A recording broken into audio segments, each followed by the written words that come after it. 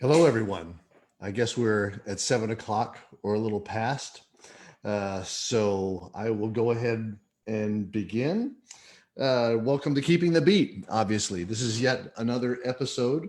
This has been an engaging web series that's hosted live by TNMEA in partnership with the CMA Foundation.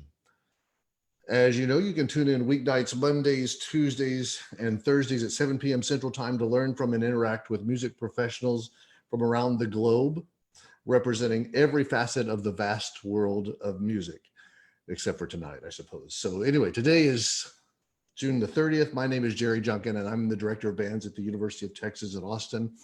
I also serve as the Artistic Director and Conductor of the Dallas Winds, and I'm on the faculty of the Senzoku Gakuen College of Music in Tokyo, Japan, as well as being the principal conductor and the artistic director of the Hong Kong Wind Philharmonia. So I understand that most clinicians, most people who have been doing this probably have handouts and are very well prepared.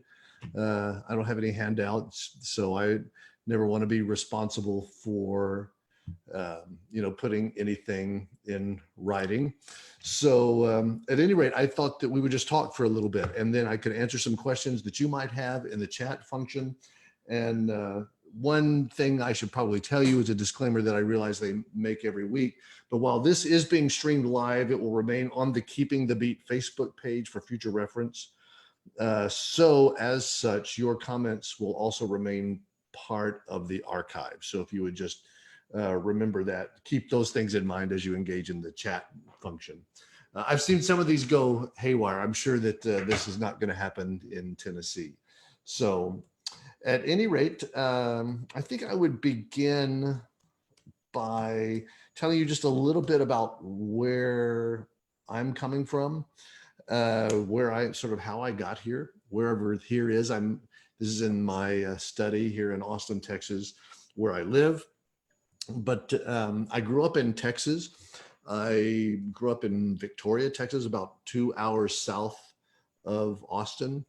And my father was a high school band director, a really wonderful high school band director. I had the good fortune of playing in his high school band at Victoria High School. I would mention that my wife also played in that high school band. We both played in the clarinet section. She was 1 year behind me. And my father was a clarinetist. So we're a family of clarinetists. Our daughter was a clarinetist. So music has clearly been in the family. So I grew up, living high school band. I absolutely loved it. It's the only thing I really ever wanted to do was be a band director. Seriously wanted to do, other than the dream things that you have when you're 6 and 7 years old about being the center fielder for the New York Yankees and things like that. But at any rate, I just kind of by a quirk, it wasn't a huge desire of mine, but I attended as an undergrad the University of Texas in Austin, where I now teach. I was a clarinetist, as I mentioned, and so I studied with Leland Munger, who was the clarinet teacher formerly at the St. Louis Symphony, and played in the wind ensemble here with Tom Lee, who was officially my predecessor. He was the founding conductor of the UT Wind Ensemble before he went to UCLA. Bill Moody had been the conductor of the symphonic band before he moved to South Carolina. So the wind ensemble was only 7 or 8 years in existence, I think, at UT before Tom left. And then there were 3 interim years, and then I came back. But in the meantime, I did my undergraduate degree here. I did everything that I tell my current students not to do. So I went straight into a master's program in conducting to study with Tom. My beginning conducting teacher, interestingly, was a man by the name of A. Clyde Roller, who unfortunately a lot of people don't know that name, but he was a wonderful conductor and musician. He was actually the second conductor of the Eastman Wind Ensemble after Frederick Fennell, and he conducted it, the Eastman Wind Ensemble, for 3 years before becoming the principal orchestra conductor there, conducting the Philharmonia Orchestra. And then Mr. Hunsberger came, of course. But Dr. Roller had left Eastman. He went to the University of Houston and then finished his career at the University of Texas. And I had the good fortune of having him be my undergraduate beginning conducting teacher, which was amazing because he was a very fine conducting technician and was a wonderful teacher. At the time, I thought he was a nice old man and all this sort of stuff. I didn't have the appreciation I should have for what I was learning from him, but there were several really important pedagogical things I learned from Clyde Roller. So I've always been indebted to him. And we became really good friends during that time. And also I worked with him for a number of years at Interlochen later on. So I miss him a lot. He was a sweetheart of a man. But at any rate, I went right into my master's degree, got a master's in conducting, and was a teaching assistant with the marching band here, the Longhorn Band, and did a lot of the drill writing and things. And so my goal was to be a really terrific high school marching band director. And I actually accepted a job verbally at the end of that master's degree. It would have been a terrific job in Houston, in the Klein School District. I was going to be the assistant band director at Klein High School. And I've always felt bad because I had verbally accepted that job and then came back to Austin, hadn't signed anything, but I was telling everybody about it and telling Tom Lee about it and others. And there was a new president, a new department of music at the time, chair coming in. And so there was a rumor on the campus saying that if you had unfilled positions, then you should fill them because there's no guarantee that you'll keep them. The central administration was going to swoop them up and redistribute them if they weren't being used. And so there was an unfilled line for an assistant marching band director, which seems odd that those lines wouldn't have been filled, but that was the case. And so basically it was like, okay, in 24 hours, we've got to hire somebody. We're going to lose this thing. Who can we get? And people said, how about him? I mean, he kind of did it last year as a teaching assistant. And so at the time I thought, I'm never going to have the opportunity to conduct a group or to teach at a college, on a college faculty again. So I'll just do this for a year. It was a one-year job. And then I'll go about being a really terrific high school marching band director.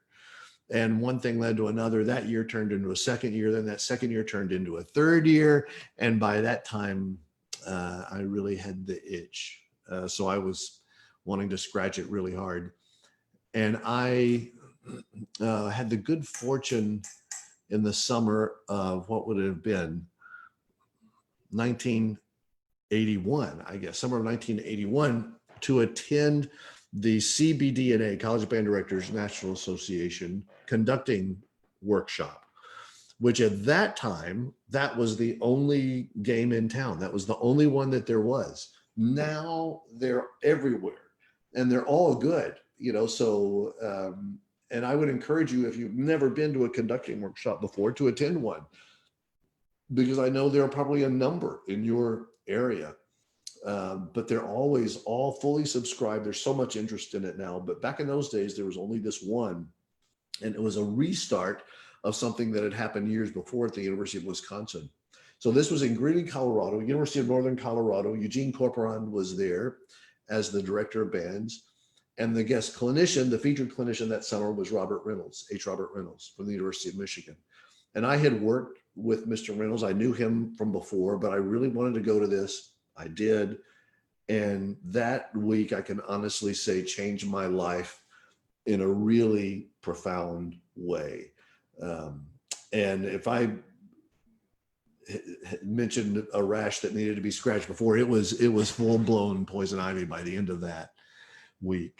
So I wrote Mr. Reynolds, because back in those days we wrote letters, there was no email or anything, asking about their doctoral program. And there was a doctoral program at Michigan at the time, but no one had been accepted into it.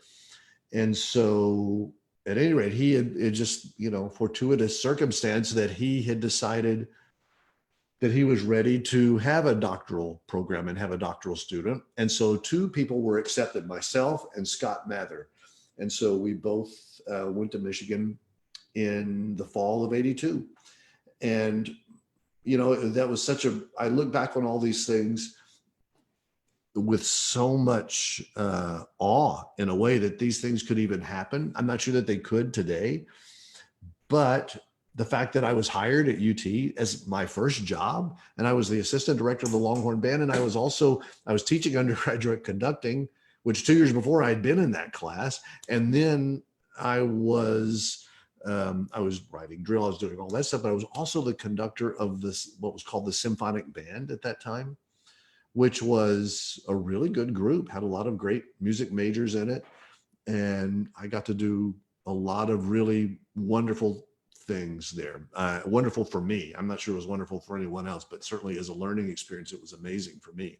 So then I find myself going to Michigan. My wife quit her job. She was so terrific. We go there together. We're thinking, oh, it'll be easy for her to find a job as a speech pathologist.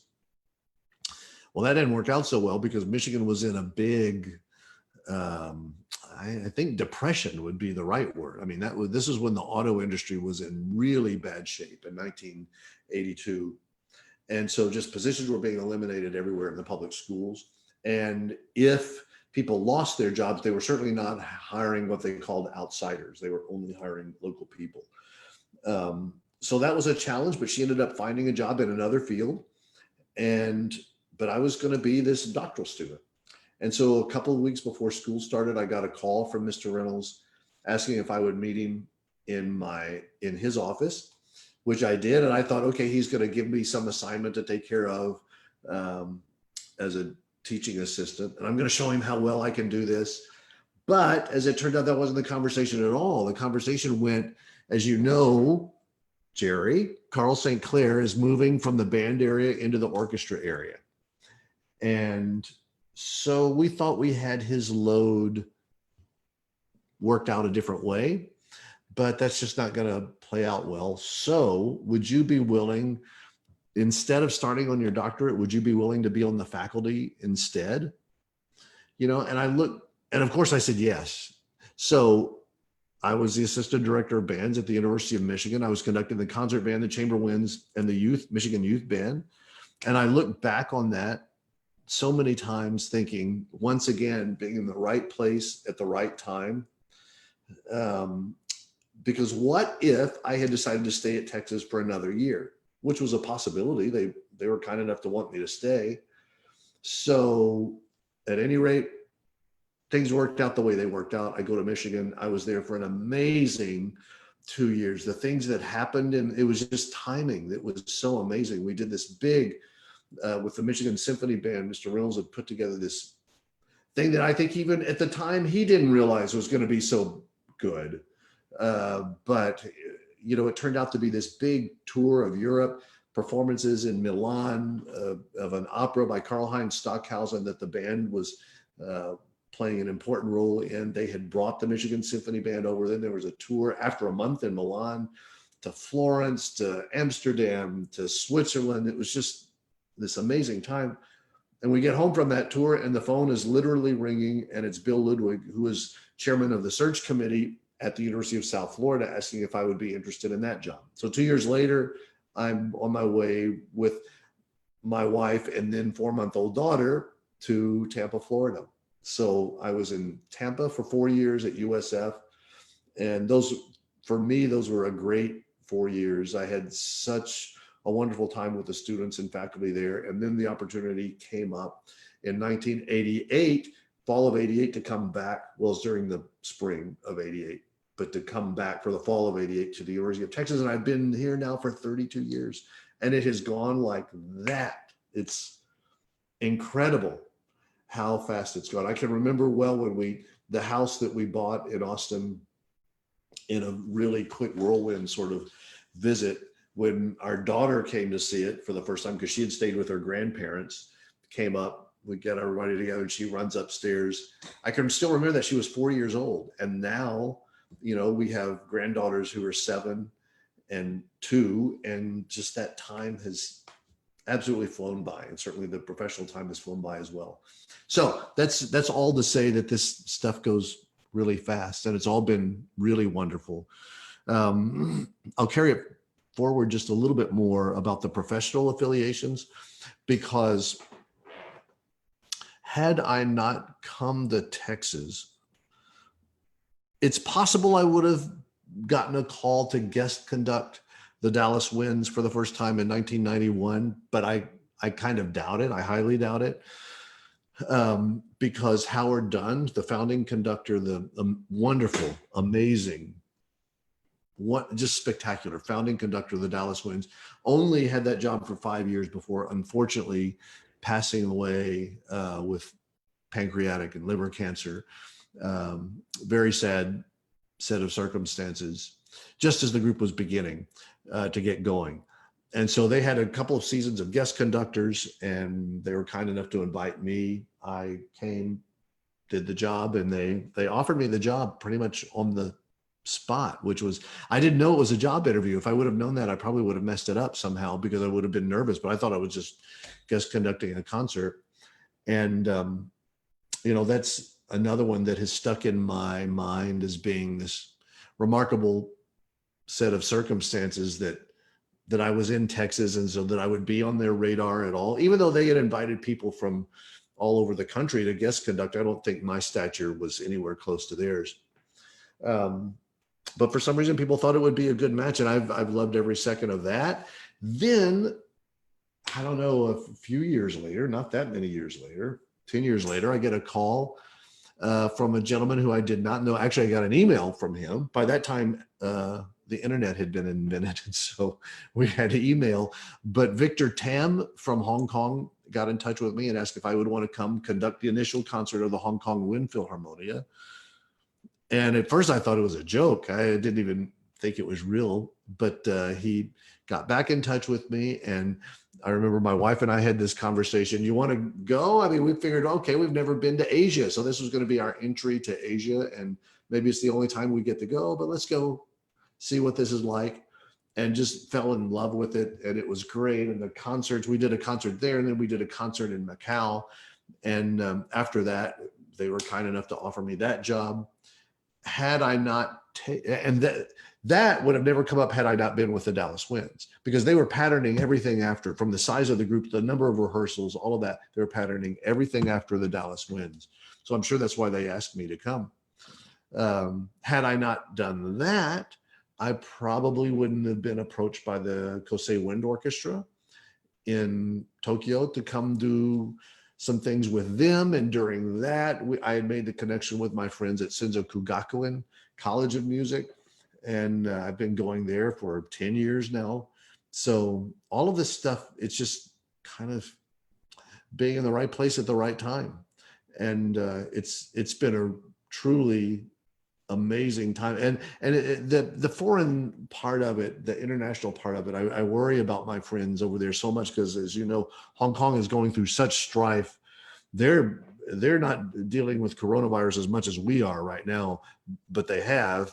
But the main thing is the political strife that's going on there. So, I worry about all of those friends, because with my wife doesn't usually go with me these days, but in the early days, she went every year. And so we made really close friends with our colleagues there, and watched them get married, watched them have children. And it's like they're all part of our family. So that's been a very special thing to be involved with groups internationally.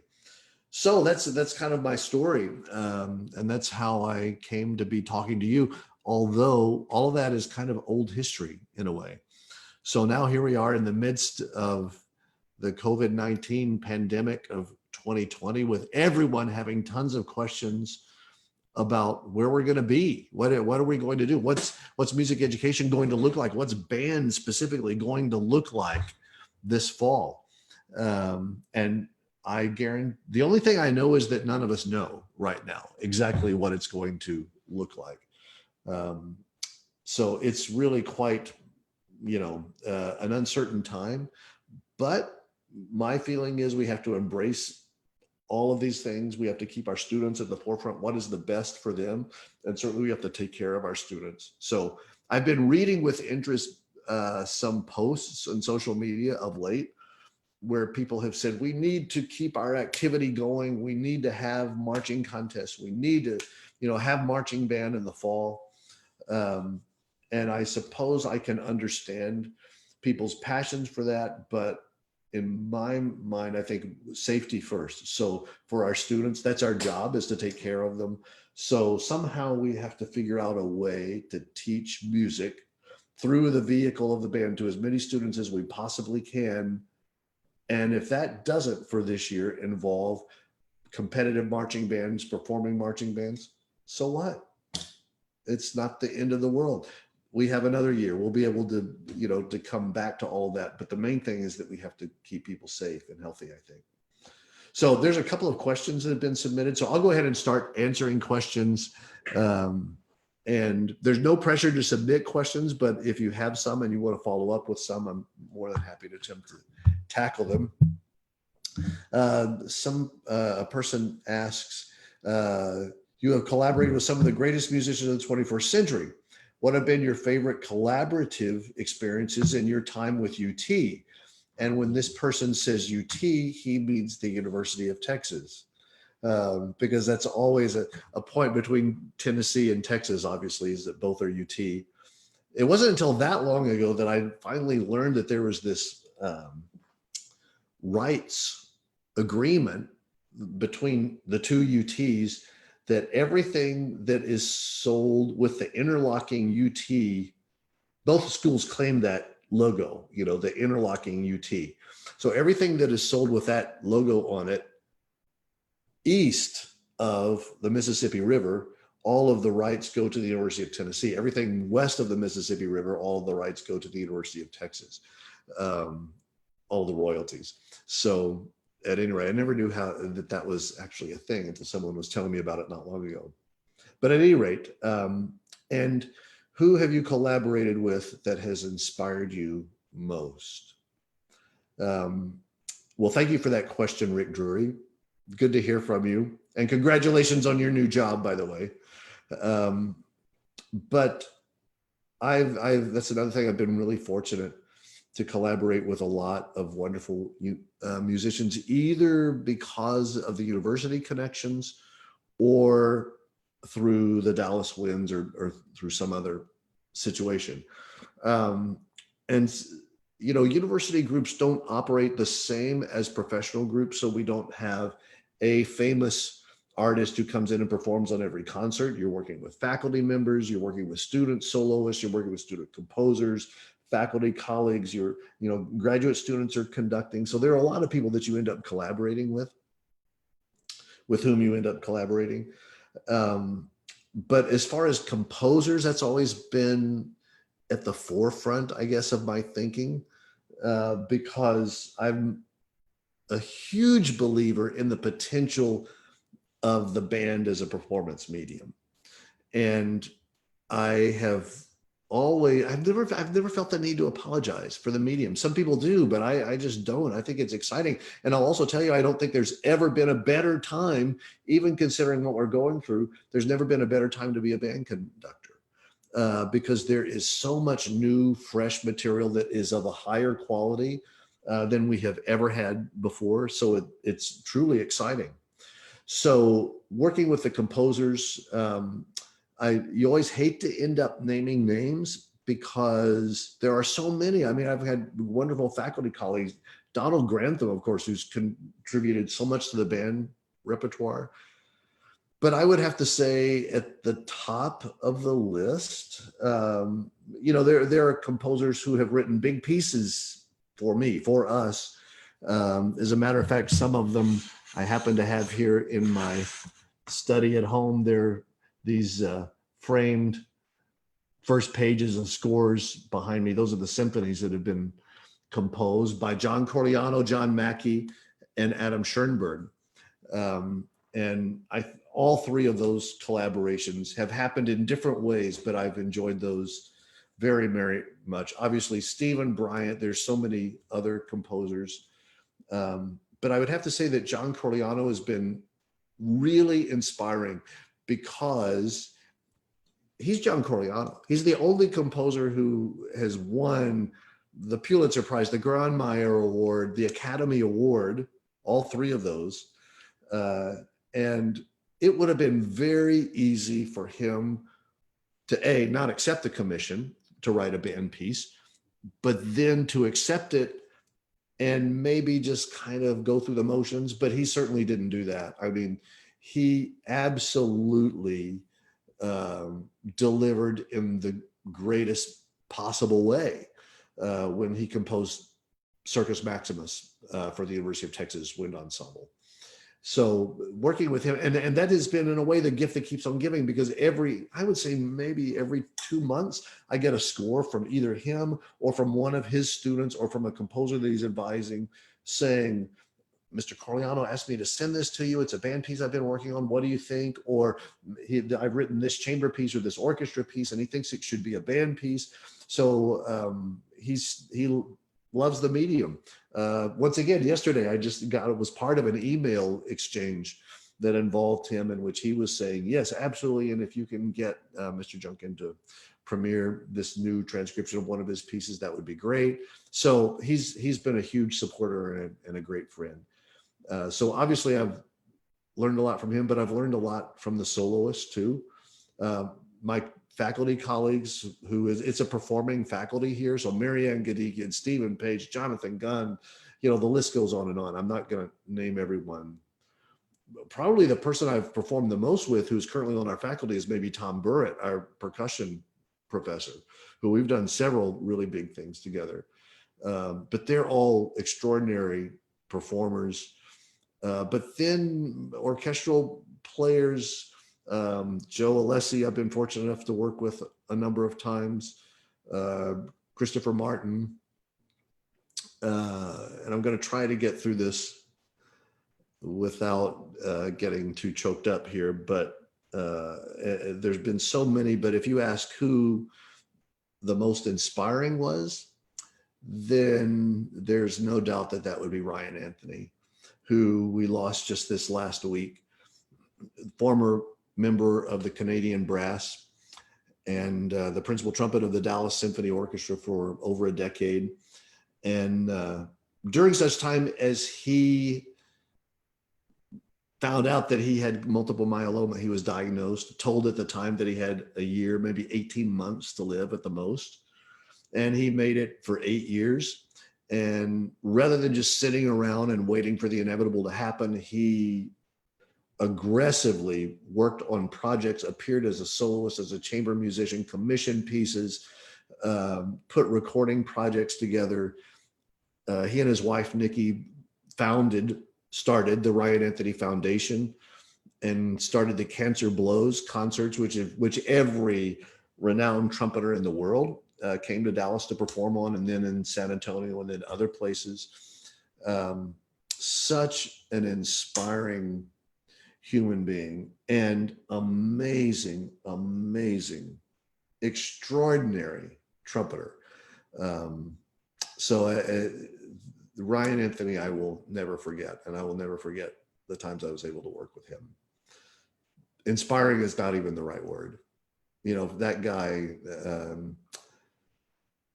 I don't know what to say. Mason St. Pierre, hi Mason. He asked, what were your big takeaways from your mentors, including Dr. Roller and Professors Reynolds and Meyer? Of course, there are probably more than just these gentlemen, but these are a good start. And of course they are. Hi, Mason. But each one, obviously, everyone's an individual, and so everyone's different. My high school band director, who happened to be my father, I learned a lot from. And I didn't realize, nor did I fully appreciate at the time, that was a special situation. And I knew he was good. I knew he had a good band in Victoria, Texas. But I also kind of thought that everyone's high school band played the Hindemith Symphony in B flat and the Schoenberg Theme and Variations, Opus 43A, and the Ingolfdal Sinfonietta and pieces like that. I just thought that was what happened everywhere.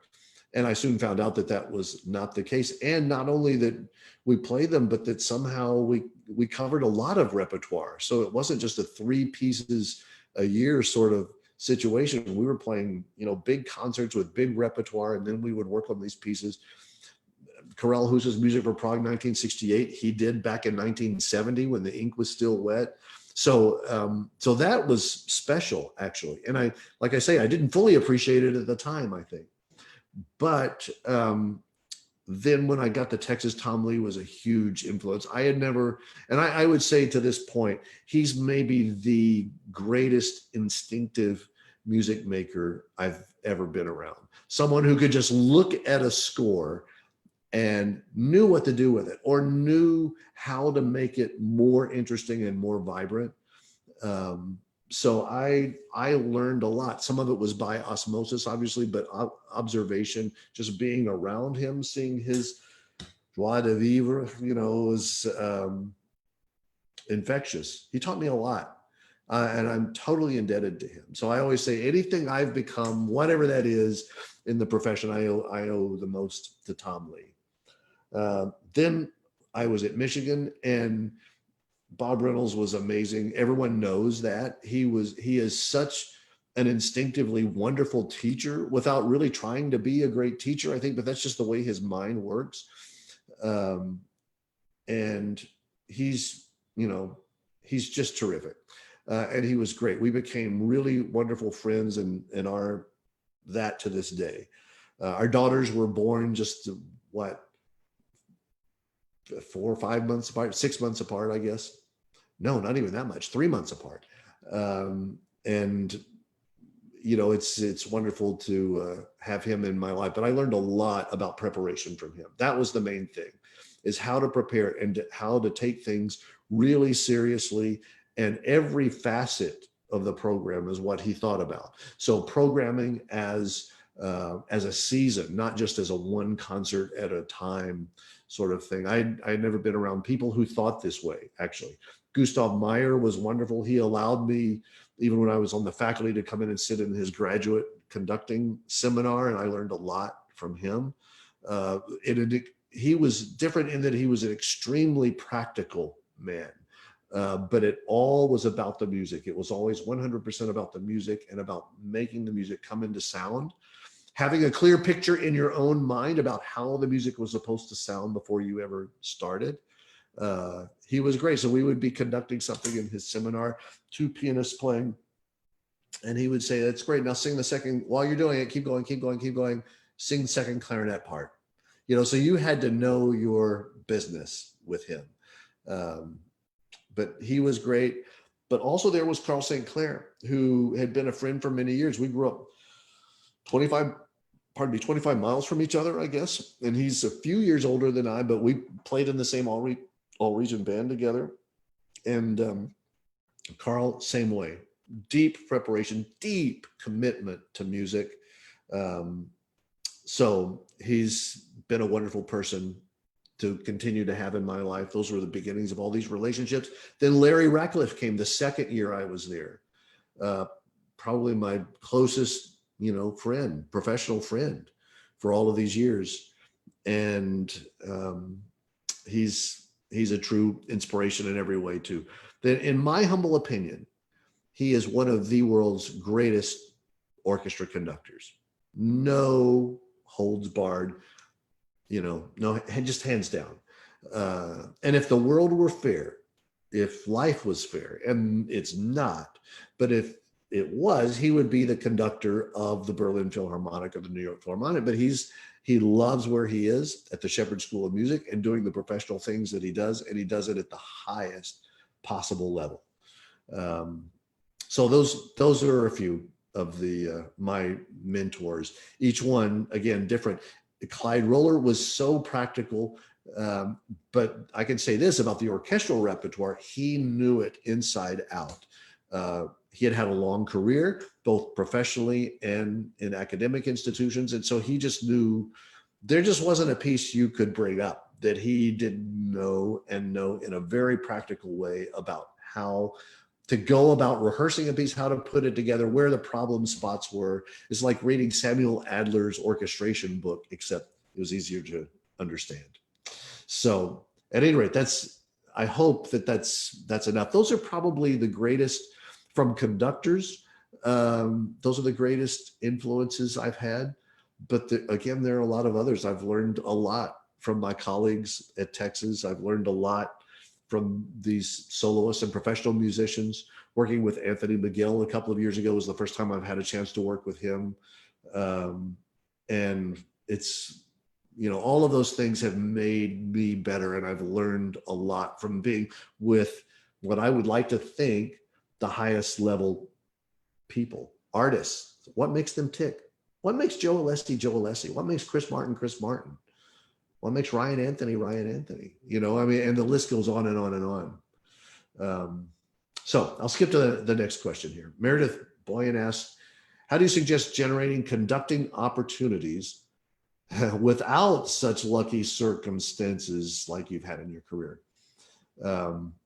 Which that's a really good question, because I have been lucky, and I've been fortunate to be in the right place at the right time. Now, if Tom Lee and maybe a couple of others were here right now, they would lean into the mic and say, well, you know, you make your opportunities and you have to be open to those opportunities when they appear.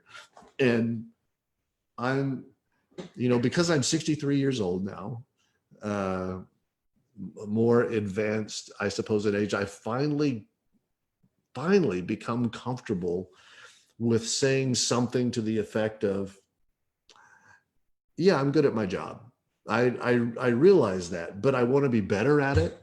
And I know that I can be better at it. So that becomes the question for all of us. So how do you make an opportunity? How do you seize an opportunity when it comes along? Right now isn't the time to be worrying about that, obviously, because there aren't any opportunities for anyone. And if there are, you should be leery of them, because right now coming together in a group and playing wind instruments or singing in a choir or something like that is not something people should be doing. And my apologies to those who are doing it, but you're risking a lot, and you're risking the health of a lot of people if you're involved in it. So these are comments are for how we come out of this, which that's going to be the interesting thing to watch. One of my best friends is here staying with us this summer, and he's going to be moving to New York to be a professional musician, which everything is shut down in New York. So on the one hand, you would think, well, what a terrible time to be doing that. But on the other hand, what better time to be doing it so that you can be there, you can be positioned, you can be in the right place. And so he's going about making his opportunities right now and networking with people, so that when the work starts to reappear, he'll be in that mix. The same thing happens with band conductors. So the question is, how do I make it? Well, a lot of times these days, and I'm talking about without COVID-19 in the picture, I think more so than when I was having these opportunities, we have to make them ourselves. So I can think of a lot of examples of people around the country who have put together a chamber concert, 8 wind players, 2 of each, oboes, clarinets, bassoons, horns, and done some of that great repertoire, involve a flutist and do the Gounod Petite Symphony, something like that. Put together a concert on your own of professionals who just want to play. And usually they're happy to do it. And it could either be a rehearsal group, which is the way the Dallas Wind started, frankly, with Howard, or it could be something that would result in a performance in a venue later on. But you make that, you put it together, you find sympathetic people to help. And money is a problem for everyone. So sometimes the question will be, well, does it pay? If the answer is no, the answer is no, but you just keep going till you find the right people who are good, who want to play and just want to play this one thing, this one time. And then you let this evolve from that one time. Just like the Dallas Wind started as a reading organization that was going to meet one time on a Saturday morning at 10 a.m. And now, 30 something years later, it is what it is, with 20 something releases, in international release, etc. So you have to put things together. If once church choirs begin to be safe again, which is going to be a while, but if you don't even have to be religious, but you just, someone who's a church choir conductor, and you say, hey, look, if you're ever going to be out, need to miss, I'm happy to sub for you. I'm happy to take a rehearsal just to provide yourself opportunities. Now, Meredith she is not a beginning conductor, but this is what I always tell beginning conductors, because an undergraduate conducting class is actually no place to learn how to conduct. I mean, all it could do is it could teach you a few basics, but the real learning comes outside of that class by doing it. So if you can get 5 brass player friends together to just read brass quintets and let you conduct them, even though you wouldn't do it that way on a concert, but Malcolm Arnold, whatever it is, the doll, whatever. Let them just have you conduct through them. Gives you practice. A saxophone quartet, it doesn't have to be a full wind ensemble. It doesn't have to be a huge group. So you just have to begin somewhere so that people say good things about you. That, hey, you know what? Meredith came in and conducted this rehearsal with us and it went really well. I think maybe you should look at her if you need someone for this musical. And maybe in your head, you're thinking, well, I don't want to be a musical conductor. That's not what I want to do. But that's going to lead to something else. So you have to be open to the opportunity when it comes. That was kind of rambling, so I'll apologize about that. But I hope that made some sort of sense here. So send in another message on the chat thing, if Meredith, if that wasn't in any way clear, if that needs some elaboration. Leif Cook, happy birthday, Leif, or congratulations on your, is it promotion, I suppose, these days. So he asks, what is your favorite premiere experience? And you would think that would be really easy, but it's not, because there've been some that have been notable and some that maybe didn't receive the same kind of press, but still were amazing to be a part of. But I can name a few. I think there's a couple of obvious ones. Those three pieces that I have on the wall there, the starting in 2005 with John Coriano's Third Symphony, Circus Maximus, that was an amazing thing to be a part of. And how much time do we have? We don't have that much time, unfortunately. There's a story I could tell about that, and I'll try to give you some of it, because this, I think, speaks to John Coriano. But about the way the whole thing came about. He was in Austin. I had been talking with him on and off for a few years about trying to get him to write a band piece. And he had always demurred. He had always said, I couldn't do it. I don't know anything about bands. I live in New York City. There aren't bands here. I don't know bands. I would have to be around a band a lot. And I just don't think I'm the person to do this. But there's a lot more to this story. But he was in Austin for a residency at one point, and I sort of put the pressure on him.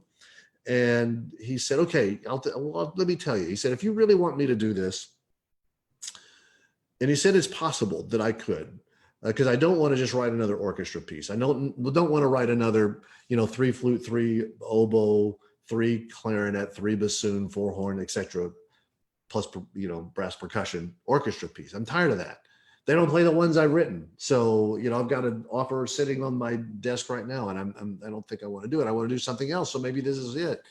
But he said, I don't know anything about the band. So when Sharon Ibsen commissioned me to write the guitar concerto, the Troubadours concerto, what she did was she just sent me guitar music, because I didn't know anything about guitar music.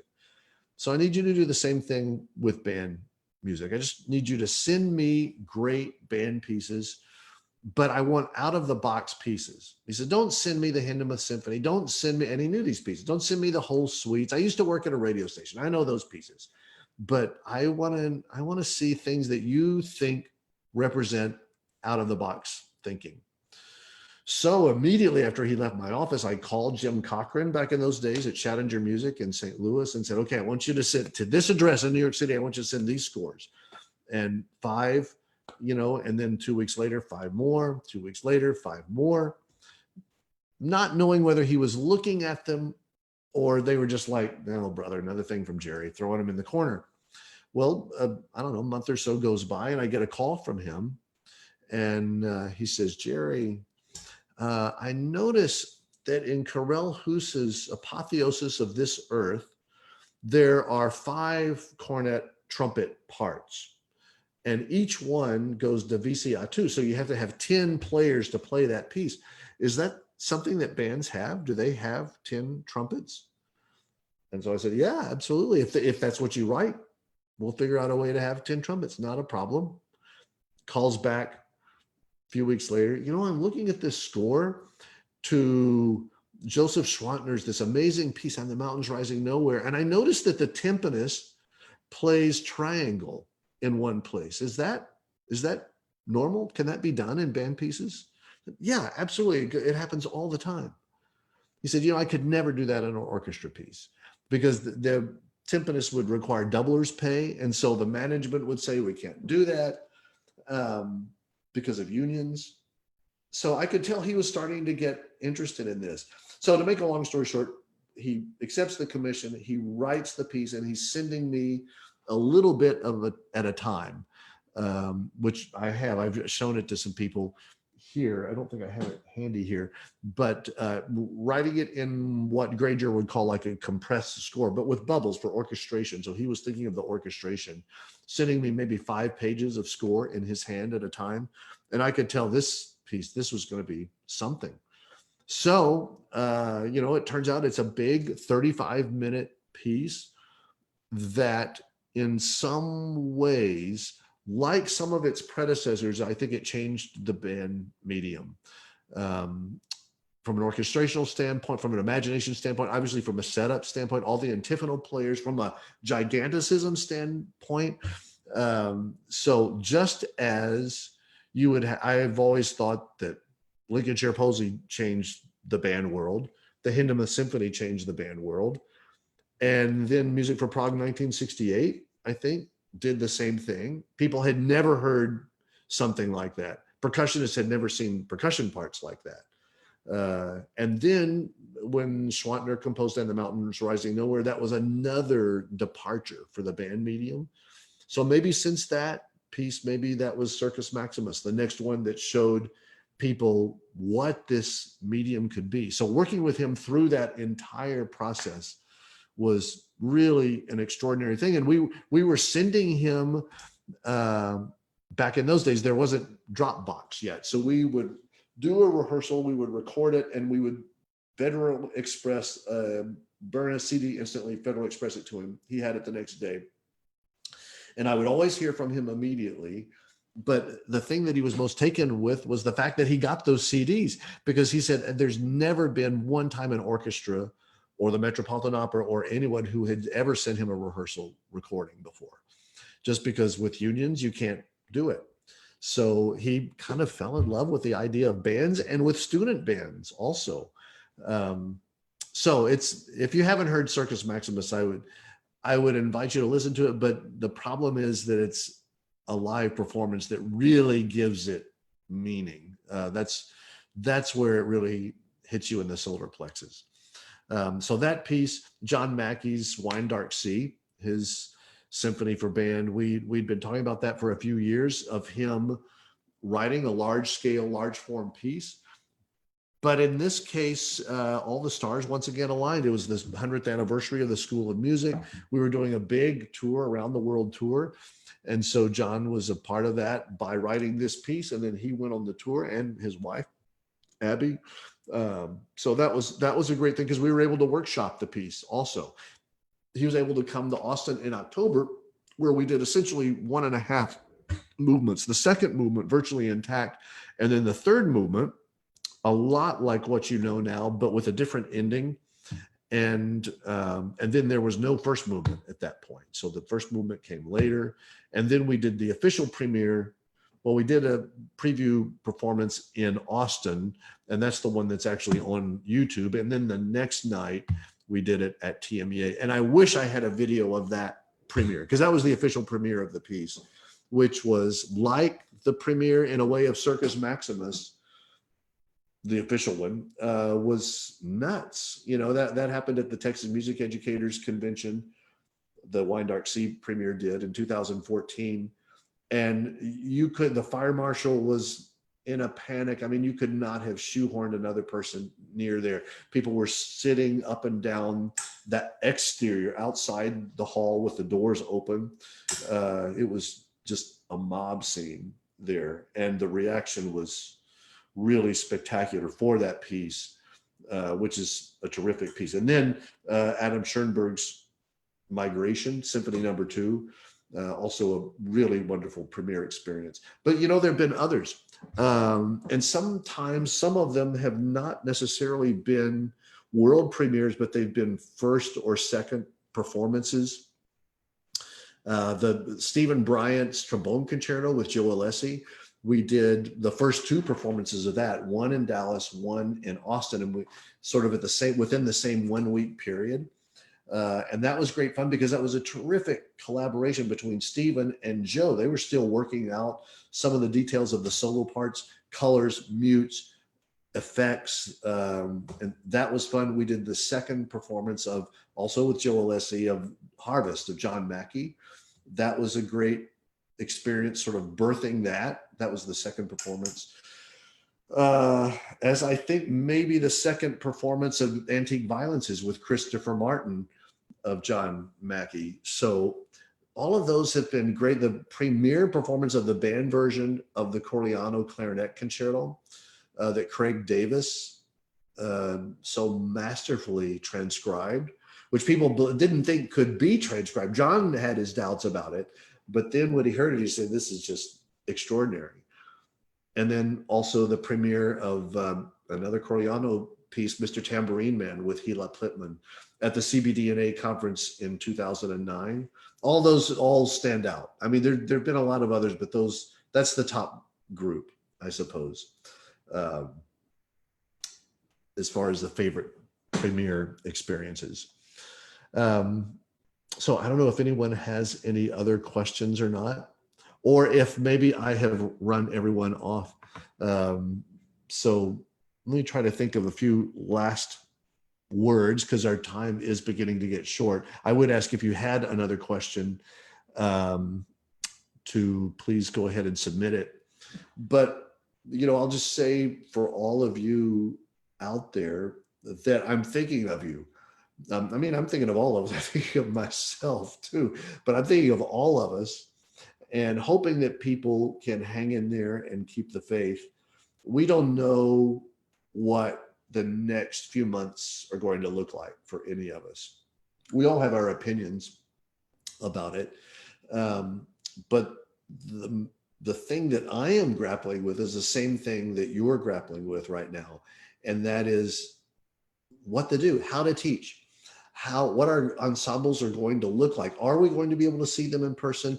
And if we are able to, what sort of safety measures, what sort of precautions are we going to take? If we can't, then especially then, how do we engage with our students? Knowing that it may be 3 months, 4 months, 5 months, 6 months, that we can, before we can really get together in the way that we know it right now, which means that we might not have marching band as we know it in the fall. It might mean that we don't have large concert ensembles. If you have those that meet in the fall, those may not be possible. At UT, we're discussing a lot of different things at the University of Texas, of maybe it's only chamber music. How do we involve every student? How can we maintain social distancing? How can we clean the facility? All those things, those are all practical matters that all of us should be thinking of and dealing with. So I wish you the best, because every situation obviously is going to be different. However, you know what? That's the job. So everyone in the world is in the same situation right now, which is amazing. I just was talking, as a matter of fact, immediately after this, I'm talking with one of my colleagues in Japan, and we were just texting earlier today about what things are like, and they're canceling concerts in the fall. And their numbers are much less than ours, but they're expecting this resurgence of the disease. So as a precaution, they're going ahead and taking measures now. So we're all in the same boat, no matter where we are. Meredith asked what my favorite piece to conduct was. And I could give you kind of a flip answer and say, oh, well, it's whatever piece I'm working on at the time, which sometimes is true. But, I know what the question is. And there are pieces that I will always continue to come back to because they are so good. And one of them is the Mozart Serenade in B flat, the Grand Partita, K361, which that piece will be played as long as there is music that's performed. The Hindemith Symphony in B flat, I do every opportunity that I can. There are a lot of pieces that I truly love, but those kind of in a way stand out because it's difficult to amass the resources to do Circus Maximus the number of players. The hall has to be right. Can you fire the shotgun at the end? There's a lot of things about that that make it difficult. So there are so many great pieces. I love them. My list, there would probably be 20 pieces that would be easy to come up with. Ligature Posey, I just did that again this year and loved it as much this time, I think, as the first time I ever did it. So all of the great pieces are great pieces for a reason. Of late, I've, of course, become infatuated, I think is the right word, with my new colleague Omar Thomas's work, because I consider his to be such a fresh voice and a needed voice in our profession. So I can hardly wait for Omar to get to Austin, where he's, I think, moving as we're having this conversation. But his music, sure, I hope you know it, but it is amazing. And so far, every single piece he just has knocked out of the park. He is a very special talent. So, and there are a lot of, and I don't think Omar would mind me calling him a young composer, but there are a lot of young composers who are going to be really fun to watch over the next few years. Let's see. Graham Pipping asks, what is the best way to contact you? I would say via email. So my email address, I think it's on here somewhere, but anyway, I'll just tell you, it's easy through the University of Texas website, JF Junkin, JF as in Frederick, JF Junkin at austin.utexas.edu. That's the best way. Scott Bersalia, it's great to hear from Scott Bersalia, one of my dear former students here and friends. He says, understanding the cautions you are mentioning, what would be your advice when speaking with administration regarding the necessity of continuing the school band program in regards to COVID? And I guess the question is, are we going to continue the English program? Are we going to continue the history program? Will we be continuing with any sort of athletics? Will be, the list goes on. You see where I'm going, that why would we not allow music to exist? And I think that, that a lot of, not a lot, but there have been some places, and I think it's most of the time guided well. So it's not misguided. Is that the way to say that? But where people do have a lot of caution because they've read an article somewhere. Right now, there are 2 studies that are being done, interestingly enough, one at the University of Colorado and a separate study being done at Colorado State University, which we should be, within the next couple of weeks, receiving some clarity from them about aerosols and dispersants. Not necessarily the COVID-19 virus, but just generally aerosols and how those wind instruments affect those. So hopefully we'll have a little bit more information about this. So I think that teachers, this is the real test for music teachers, is how we can keep our students engaged and active and growing, but in a safe and healthy way. And so that's going to be different for every situation. And I understand why Dr. Bersali is asking the question, because I have heard of places that have said, okay, well, we're just not going to have band this year. We're not going to have choir this year. It's like, wait a minute. But we are going to have English. It's a different sort of set of circumstances and problems, but these are not insurmountable problems. And the music teachers are willing to work hard to confront those problems and deal with them in a healthy way. So I wish you the best. It is a matter of educating administration. And I do think that within another week or 2, by following the CBDNA or NBA websites, you will have some information at your disposal from these 2 studies, which will be, I think, the best studies that have been done. There's a couple of these, the one in Vienna, some of those are a little flawed, believe it or not, as fancy as those organizations are. So there's another question from David. With virtual experiences dominating, what are your thoughts about reaching out as a community of musicians? college to college, college to high school. How can we be creative to connect instead of doing this in a silo? What do you see as a positive of the virtual situation we are in? That's tough, isn't it? And I'm just gonna, we're all friends here, so I will tell you that I've seen a lot, obviously, of virtual performances. And I would say, with the exception of two of them, they're all pretty bad. So it's just very difficult. There is nothing like a live performance, clearly. Well, we can't do that right now. We can't put a large group together. So how do we do it? Do we do a Zoom festival sort of thing where we've got someone editing things together, and we're doing sort of a takeoff on Eric Whitaker's virtual choir? People have seen these from various organizations. The best one I've seen, quite frankly, was the one that was from the brass of the New York Philharmonic doing the chorale from the Mahler's Second Symphony. And I say it because it wasn't perfect, but there was risk taking involved in it and a response to one another.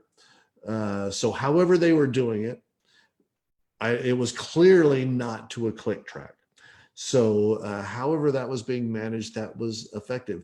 But the ones that are done to a click track, you can just hear it immediately.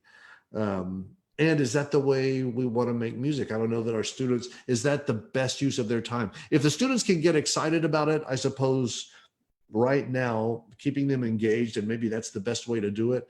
But my feeling is, if we're going to do it, we should do it really well. And it shouldn't be something that strikes us as non-musical, out of balance, out of tune, all of that, all of the rules of the game still apply, right? But college to college, college to high school, those sort of connections, I think we're doing that in a way. I know we are here at UT. I mean, collaborating with our, with colleges, with studios from one university and another studio. There's no travel that's going on right now. So as you know, if there's a master class, it's generally done by Zoom, and maybe schools are sharing those things. So if you wanted to do for your, at your school, if you wanted to have Stephen Page, our saxophone teacher, do a master class for you, I'm sure he would do it. But what's to keep you from having that set up at the same time as inviting group from another school? So instead of 10 saxophonists, it's for 20 saxophonists, or 3 schools and there's 30 saxophonists, whatever the number is. And everyone is sharing the cost and sharing the information and being part of something a little bit larger and connecting us. I think those sorts of things are all good. So I will tell you one positive thing for me, and maybe this isn't worth mentioning, but I'm sure all of you are in the same boat too. I mean, we're not going anywhere. We're staying in our house, but it's been fine. And one thing that I've done is reconnect with a lot of people via Zoom. So I've seen people on, we've set up some regular weekly hangs in some cases, cocktails, cigars, whatever it might be, on Friday night, on Sunday night, getting together with former students, getting together with other colleagues from around the country. So we've done a lot of that. In some ways, it's been great. Albert Witt, who teaches in your wonderful state, who's at Memphis, he and I were able to share a great evening not too long ago. And Albert's one of my favorite people in the world, and we just haven't had the opportunity to do that, to have our paths cross. So those sorts of things, those are personal things, but they also happen obviously with, in professional situations as well. Okay. I think I'm being told that we're at the end here. We're out of time, but I really appreciate the opportunity to be with all of you, and I'll stay on at the end here. But I just wanted to tell everyone that I'm thinking of you. I'm thinking of every music teacher in the country. So I'm wishing you all the best. And I really look forward to the time when we can do this again, but do it in person, live, face to face. that will be a wonderful time. So thank all of you for tuning in, and I wish you nothing but the best. I hope that the rest of your summer is spectacular. And like I said, one of these days, maybe we'll be able to meet up in Nashville at the Tennessee Music Educators Association convention again, and have a drink in honor of W.J. Julian. Okay, it's good to see everyone. Take care.